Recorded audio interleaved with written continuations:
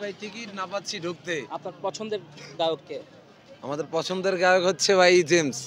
না টিকিট ছিল না, টিকিট বাট পাননি? আমার না টিকিট পাইনি। তারপরে সেই সন্ধ্যা আপনার বিকাল থেকে হ্যাঁ, বলেন।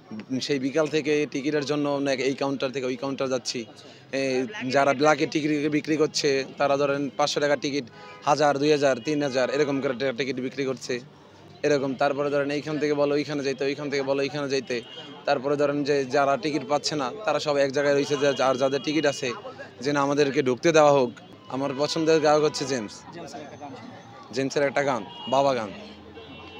ছেলে আমার বড় হবে, মাকে বলতো সে কথা, হবে মানুষের মতন মানুষ এক, লেখা ইতিহাসের পাতায়।